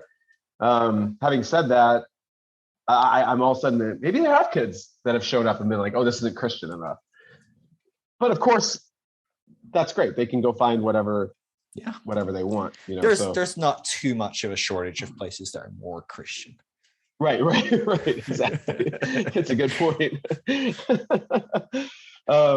I mean, I have some curiosity about like your journey, just in terms of, I mean, I guess I'd first of all say, you know, for a lot of my younger leaders, I'm saying this very playfully because they'd all sort of roll their eyes at this, but like a patron saint of deconstruction. And I think so much of you, like leading the way with memes, is such a great way to communicate, and it's sort of a youthful way to communicate. But I wonder sometimes these days, like where you're at in the journey, just in terms of your place in the movement. Like how are you feeling about the work that you're doing these days, and the influence you're having? It's a big question. I have spent the last 2 years wondering if I should just walk away. Like I do spend a lot of time, probably an hour or two a day, wondering what am I doing, and that's been for a couple of years. Like, and that's also, you know, maybe linked to I've got some depression and anxiety and stuff like that going on as well. And I'm starting to realize, I'm neurodivergent, so I'm trying to figure out what is it to be autistic, what is it to be ADHD, and how has that shaped me, and what does that look like moving forward and things. But I think I am starting to look and go, I don't want to be the person that people are listening to. And this is a big part of making memes. Memes are fun and they're silly and they whatever, but you'll notice in every meme, my captions, I go, hey, let's this topic, that topic, right? Which to some degree is still centering me. I'm deciding what conversation to have that day or whatever. Yeah. But I'm trying to shift the conversation away from here's what Phil thinks to Phil asked a question, what does everyone think? And people can jump in and they can comment and they can discuss. Trying to create space like the Deconstruction Network, the website that I got, it's completely free. I'm trying to take my hands off it, apart from actually making it and paying for it. Like people can set up their own groups regionally. They can set up groups for like, you should set one up for youth or something. That'd be cool. Like, it'd be fun. Whatever. Totally should. But like people can set up their own things and then arrange conversations, Zooms, meetups locally, I'm trying to remove myself from the center. And yet at the same time, I'm doing research in this area. I've got data points to share. I can kind of educate on deconstruction in a way that most people in the space can't. Because they aren't doing research. They don't have the data. They're not looking at it from an academic perspective. Yeah. Ideally, long term, I'd love to just disappear into the ether, and we would see many more people that are queer, Black, Indigenous, people of color, more women in this space, people that, don't fit the stereotype of what we've seen on a stage our entire lives. Whatever that looks like. Maybe people that are disabled, differently abled, whichever people decide to identify there. I know it's a complex discussion. People that are whatever, not me, not another straight white guy. And maybe I could disappear in the background and just provide some comments when media want to talk about deconstruction. I could give them some data points. I don't know. That's what I often think about. Even my podcast, I struggle because ADHD and autism are a weird combo, which means I just go on monologues for hours, and it makes my podcast unique. And that's the way it is, right? It's not going to change. But I am constantly going, okay, how do we have conversations that center, again, people that aren't straight white guys. I say talking to a straight white guy. But Here hopefully having an interesting conversation about very different topics and different spaces. It's an interesting one. I really don't know. I do think about it often. I try and steer away always from what I believe and my faith or lack of faith or anything of the sort, just because I feel that's in my space where I'm day to day hand holding many people and just sitting with them. I think it's kind of ethically irresponsible for me to be particularly public about this is what I believe, because so many people are coming from very black and white fundamental places and will very quickly latch onto someone else who appears to have an answer. So again, I'm trying to not give answers. It's a weird one. It feels liberating, but it's fun. I love I really enjoy I'm learning more as I shut up and listen.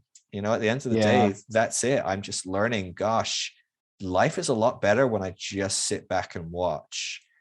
And there's all sorts of problematic components as well of like, this is my income, this is my work, which is great. I love doing what I do, and it's amazing I can do what I do. We could talk about to what degree or whatever, but there's weird problematic components of that where this is what I do because I've kind of transitioned from being able to do this because I was also a Christian leader in this space or in a space, and that's what I did full time. And I've kind of like on some level coasted off of the back of that into something, and I continue to have people that support me or whatever. It's a very privileged place to be, but it's also a very trapped place to be. And so I often think about that as well. If I was independent from needing finances to pay my bills, I never ask for money, or I never require money for anything. And occasionally I'll say, hey, support me on Patreon or whatever. It's an interesting dynamic that's my only income. There's a couple of people donating every now and again. You have 18,000 followers. Weird. I'd assume there'd be more donations to Patreon after that. I'm a really good year has me make that in dollars a year. Okay. That's I'm right now, like, so in the UK, we've got this major deal because our bills are going up threefold in 1 year. So that's what I've heard. It's crazy. And our government is not scary helping. So the rest of Europe, they're working really hard to stop that happening, putting limitations on companies on how much they can charge and different things like that. And in the UK, they've gone, maybe we should just make sure the companies can make even more profit. So it's just like, fuck. But it genuinely, if it wasn't for my wife also working, it would push us below a poverty line massively. And we would be choosing between food or heating our house in the winter. That's the choices we'd be making. And so it's not like I'm making a huge amount of money. I could go and do something very different, very quickly, make the same sort of money. I'm not in a trapped position that a pastor is where they're making $100,000 a year, but have no other skills. And they're like, unless I become a motivational speaker or, a coach, I'm kind of fucked because you don't make $100,000 at Starbucks or Walmart. I kind of could make the same money at Starbucks or Walmart. There's lots of interesting dynamics at play. It's a weird one. It's a really, really weird one. I think it'd be fun. And of course you can cut off the conversation whenever you need to, but like this ADD stuff, it really intrigues me and speaks to me because I have ADD as well. And, listening to you and the new deconstruct, what was the guy's name? The deconstruction guy who also had ADD. You guys talked about it like 2 weeks ago or whatever. Is it the new deconstruct? It's not. So you have the new evangelicals. Is it like Dirty Rotten Church Kids or something? Who is it? You were talking to a guy. I'm trying to think who I talked to that had ADHD. Oh, was it Derek Myers who we were talking about religious scrupulosity? Yeah. Oh, yeah. What's he from?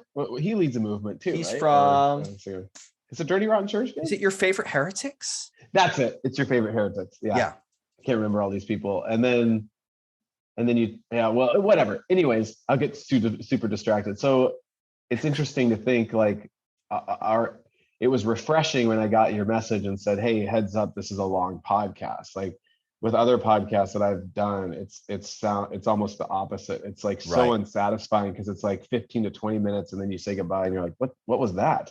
And I did one the other day and it was like 40 minutes and they're like, we're going to edit it down to 20 minutes. And I'm like, Jesus, I know. How will you even find something in my ramblings that you can cut?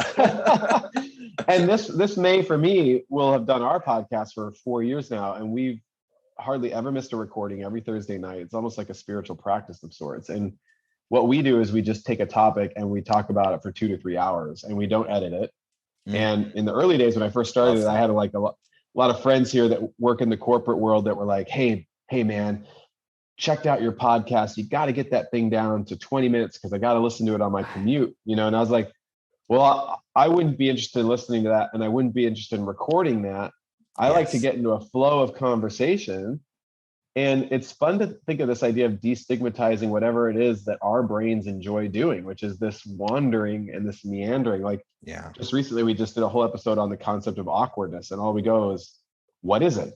Where does that word come from? What's the sensation of being awkward and feeling awkward and just talking about it? And so like, I think sometimes maybe that an added benefit to your style of podcast, utilizing your ADD or your autism, is like, this is providing a very enjoyable experience for the people that like it, you know? Yeah. Oh yeah. I know I've got a niche, but my niche is me, right? And I've always said, I am not going to have a shitty time making a podcast for people that will enjoy it. Like, I don't care about them. I want to make a podcast that's really great for me. Yeah. Because I have to do it. I'm the only person I know will listen to this.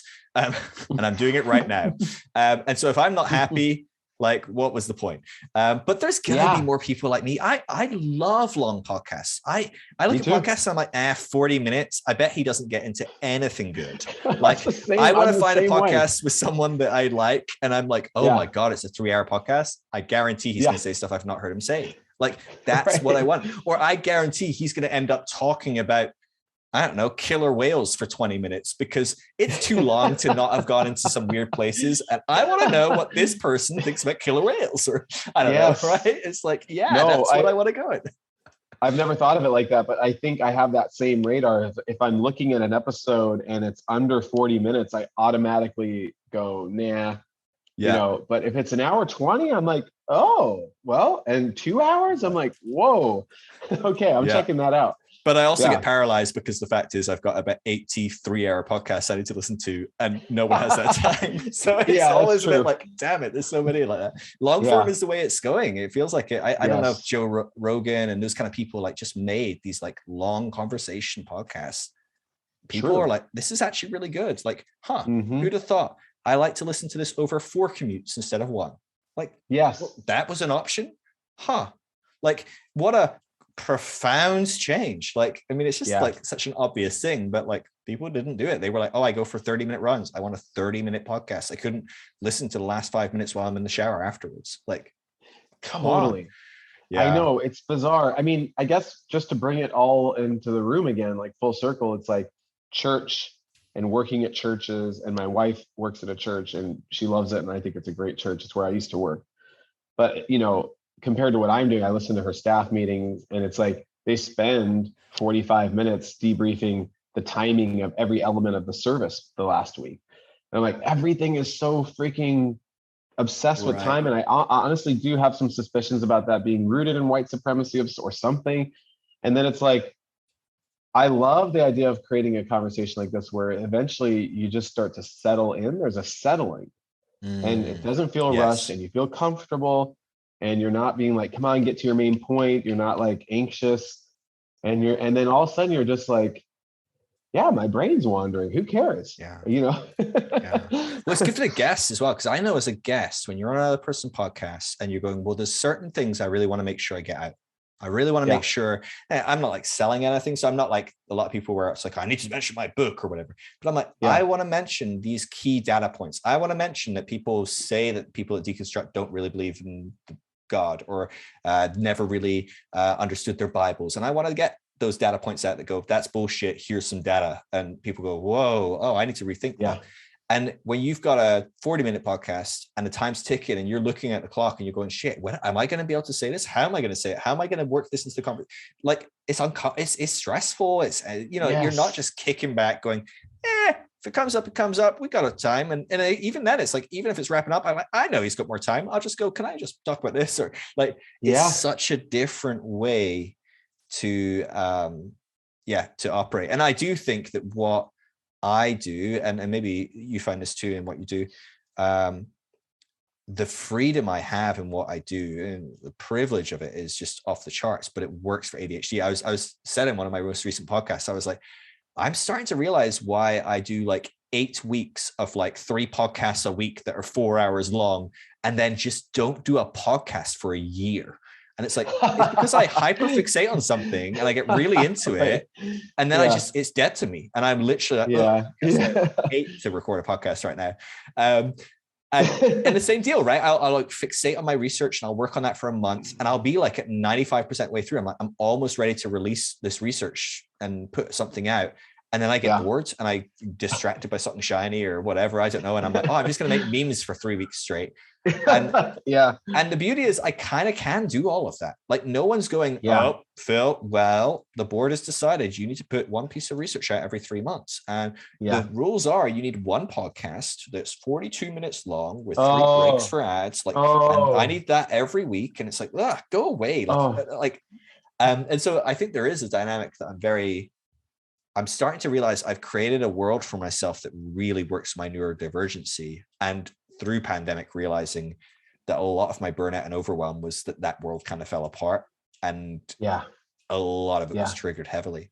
I'm intrigued what you think about this, but I have got to say, I reckon the percentage of youth pastors that have ADHD is going to be higher than the percentage of people in the population, right? The average 100 people, you grab 100 youth pastors, 100 people in church, in like, a church or anywhere else. There's gonna be more people. I just feel like youth pastors, big ADHD vibe, right? Yes. And I say that as a good thing. Like, and it's especially good. It's like what you and I just said, if you can channel it. And I think there's something about just getting older and being like, looking around the room metaphorically and be like, what the hell is going on here? Like, why? I was just watching this. I don't even know what it was. It was probably some sort of reel on Instagram the other day. What was it? But it was this thing of somebody saying, look, like, I like blaming the person in power, And so, and then I'll say too, like, go ahead and blame me if I'm in power. So it's not hypocritical. Like, I think if you're in power, if you're a leader, you should be the most criticized. I should be the most criticized. That's what I would say. Criticize me all day. It's like so bizarre the way we like protect these pastors. Like the pastor at my last church made $200,000 a year. And so he lived a very privileged life, and his dad was a lawyer, went to Brown. And then on top of all that, he gets this very privileged position making $200,000 a year, and he's protected by like a moat of like session members and all sorts of structures in place through the Presbyterian Church. And then on top of all that privilege and protection, the whole vibe is don't criticize the pastor, protect the pastor, don't be critical of leadership. It's like, why? If you raise your hand for leadership, you should essentially be saying, I'm the best at getting criticized, Yeah. But all that to say, it's like, this idea of ADDs, the reel I saw yesterday was like, okay, and this is what I was thinking about myself when I was hired at this church. You hired this person, so if it's not working out, then it's your fault. That was a bad hire. Don't blame the person. But I also think, like, the way I was thinking, and I think this is just bringing this up for me because I think another part of what wasn't working for me at that old church was the fact that it was a little bit more like high operational with bigger expectations. Like I went from running a youth group of about 30 kids to about 200 kids. And I think it was just a little bit more corporate, and I didn't thrive in an environment like that. But I wanted to say to them at the end, I'm like, look, this is like a stewardship issue, kind of classic Christian talk. Like, I am your resource that you hired. It's on you to figure out the best way to use me. Yeah. But don't stop trying to get me to change or function in this system, because it's killing my soul. Like, this idea that I at the old church, I didn't have any expectations in terms of being in the office. It was like, I brought that up one time. Somebody's like, oh, I guess just check in every once in a while, but we assume you're doing your job, Like, here it was like, you kind of have to be there from 9 to 5. I was like, it was so challenging for me to get to the office by 9. Oh my God. I was like, now these days, it's like kind of what you're saying. You have something that's set up for you. I wake up at whatever time I wake up. And I tell people, do not schedule anything with me before 9. I will not do it. Right. You know? Yeah. My scheduling app doesn't work till 10 a.m. And that. Even then, it's a concession.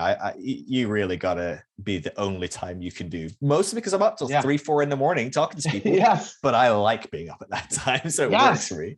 No, I love 1 a.m. I love 2 a.m. Those are magical times to be living. No one's interrupting me when I'm hyperfixating. Like I'm fixating on something and no one's popping in and go, hey, could you just quickly, or what do you think about this? Like that just kills my day every time. So you just brought up something that made me think, and I'm really interested by this. You talked about the dynamic of going from a 30-person youth group to a 200-person. That's such a different dynamic, such a different, like 30 people in a room can feel a lot in the right room, but it can feel real cozy in the right room as well. 200 people just feels a lot. There's no dynamic where 200 people in a room, you go, I feel comfortable. I feel like I'm chilling out in a living room. Like you can have the coolest, most chill vibe, it's still 200 people. You're still one in 200. That every person is special. Every person is, that kind of falls apart really quickly when you're 200 people and you're one of those 200 people, right? It's easier to do with 30. And I'm really interested with, you guys are looking at, working with 600 youth you're talking about, and you're growing, you're hoping to grow more. I assume there is no shortage of teens that are LGBTQ that you want to help in some way, shape or form, whatever you can, create a space for them to feel at home. How do you make 1 in 600 feel at home? How do you make, especially, right? Like you put 600 youth in a big conference center and they can break up into niche groups and hang out and kind of feel like, and they've got their buddies and whatever. And you can go around and pat them on the back and like, hey pal, good to see you, whatever. Like, cool. I just aged myself so quickly there because all of that was really uncool. Facebook groups. We're all doing Facebook groups. Yeah, we're all on Facebook, guy. Add me on Facebook. Are you on the MySpace? But you start doing that on Zoom. 20 people on Zoom feels like, God, I'm done. Like, when you start doing these on online spaces, even the small groups feel big. Even the small groups make you feel even more disconnected in some way. Like, how do you go about navigating that? How do you build community? How do you make people feel safe in a sea of faces on a Zoom screen? Like, what's the strategy there? Having done this, it would be so fun because I so exist in Zoom these days. I spend so much time hosting these groups throughout the week. It's like it would be so fun to have some of our students answer that right now. I'd be like, what do you think? What do you think? What do you think? We have kids that have almost never missed a meeting in 2 years. It's pretty cool. But I just to be funny, it's like when I was doing the smaller youth group, we met in a youth house. We had a whole house dedicated to just the youth, and every gathering was just in a little living room. So it's exactly what you're saying. It's cozy. And I started developing a speaking style where it was like I had my talk that was a regular talk that was like an outline of like, an analogy or a story or something to get their interest. And then I have my scripture passage and the points I want to make. But what I started doing was almost leaving a whole hour for that. And I would do each step and take a break after each little section. And I would say, there's my opening story. What did that bring up for you? And we'd talk and talk and talk and talk. In the back of my mind, I got my next thing. And it was just so fun. It was so casual and all sorts of cool things would come up. When I got to that new church, it was like for the first time I was mic'd. I'm just dealing with kills it, right? Yeah, and I never dealt with this. And by the end, I think I got pretty good, but it was like I'm having to do this whole thing of like crowd control, of like reading the room. And it's like whenever I hear comedians talk now, I can kind of understand what they're saying of like trying to present in a way that keeps this group of people, like a big group. I'm keeping my eye on the group, not just individuals anymore, keeping the vibe going the way you want it to go. And I went from giving hour-long conversational talks to like snappy 10 to 15 minute talks and trying to sound impressive. But my wife was working at the church too. And she was always in the building on the nights of youth group. It was a kind of a classic church where there's family stuff going on. There's children's ministry, middle school ministry, high school ministry. And I'd have the high schoolers and I would get done with the talk and I would rush to the hallway and just start downing water at the drinking fountain. I'd be sweating. I'd be bright red on the face. And she'd be like, what is going on? And I'm like, I just gave a talk. I'm freaking out. And even the day I was like, I'm starting to get back in like physical shape for the first time in my life. I'm starting to feel back in touch with my body. And my wife was like, you had like a lot of cortisol running through your body for a good 5 years. Like that church really stressed you out. And I was like, it did. So all that to say, right now, I mean, it's like kind of the stock answer is that small groups do shrink the size of the group. And there was a season, just, I don't know what happened, but for some reason at the end of last summer, I don't know if it was because quarantine started again, like towards the end of last summer, all of a sudden it was another shutdown of sorts. I remember being in New York, and it was like, I was on a college tours with our son, and it was like, all of a sudden we were like in New York, maskless, going to restaurants, and we were staying at this hotel, and we woke up one morning and everybody had masks on again. Everybody's like, we're masking up again. It's quarantine, get home, no more traveling. We're like, oh. So last summer, towards the end, it was like, we'd get on the Zoom and it would be like 200 kids on the Zoom. One of my leaders said, even in the Zoom, it feels like we're in an airplane hangar. It feels like too big. It's like, I'm like, I know. And right now, I think average. I mean, it just must look like a mosaic, right, on the screen. Like you can't even see an individual. You can click through each page. It's like 5 pages of faces, you know. But it's like we have a Discord channel and many different youth groups meeting throughout the week now. And like when I say the word the number 600, that's who we're engaging with in our private Instagram group. Yeah. But I think on any given night, it's about 50 kids now that are showing up, and so that feels manageable. But it's true. I mean, I think what you just said is laying down the gauntlet of sorts to youth pastors or pastors anywhere, saying, okay, you have this philosophy of every kid deserves special treatment. How are you going to actually implement that? Yeah. And I'm not sure I have all the answers to that. So I have to not pretend I have certainty there. But I think it's a beautiful challenge. Like, I know we will have a camp someday, and that will be a beautiful thing. That'd be awesome. And it's going to be crazy because it's going to be like, I've never done a camp where we're doing like genderless bathrooms, genderless room assignments. I'm also really excited. I keep telling the kids, like, we'll have sessions where it will be optional, like not making kids come to our sessions or whatever it is. But all that to say, it's like, yeah, how do we create an environment where every kid gets special treatment? I mean, that's going to be that's a beautiful challenge to take up, I think. Yeah. I mean, I envy your young audience, like Discord. Jesus, I mentioned Discord to people. Like we're working with we're starting to consider co-housing in Manchester, and like living in a community, and talking with some of those people. The average age is like just over 50. So it's more older people right now that are interested in it, and we're trying to attract some younger people. But they're talking about, like, how do we have some community? I'm like, we could set up a Discord and chat throughout the day. And what's Discord? What? And then I installed it on one of the computers, and they're like, this is so confusing. And I'm like, you use text messages. It's the same fucking thing. Type, hit return. The only difference is you just have different rooms. Like, it's like, this is not complex. I'm looking at my I have a Discord for people that are patrons of mine, and plenty of the people on the Discord are older. Not most, by all means, most are younger. But I'm like, you can figure this out, right? You figure it out WhatsApp to talk to your grandkids or iMessages or whatever. Totally, like, it's the same deal. But yeah, I do envy the fact that you're like probably finding out from your kids. They're like, we should use Discord. And you're like, yeah, okay, great. Yeah. Like, right. They're the ones that recommend the Discord. And then I don't know what that is. And then my younger leaders say, we know what it is. We'll set it up. And I'm like, thank you. And then they manage it. And that's really nice. No, but honestly, even having said that, I think every 3 months or so, we do a whole series of guest speakers. It would be really cool to have you come in and be a guest speaker sometime. I think our kids would love interacting with you. Yeah, and then you can interact with some young people. Oh my gosh, my dream. Yeah. I'll just screw them up some more somehow. I'll figure out some way to say something that's going to ruin their lives. That sounds fun. That'd be good. I'd really enjoy it. So a big question as well, and we can start wrapping up on this because we've taken up a lot of your time. But the full 2 hours. Yeah, we're on it. How do you go about, because there's a dynamic, right, where you create a service on some level where you're helping individuals.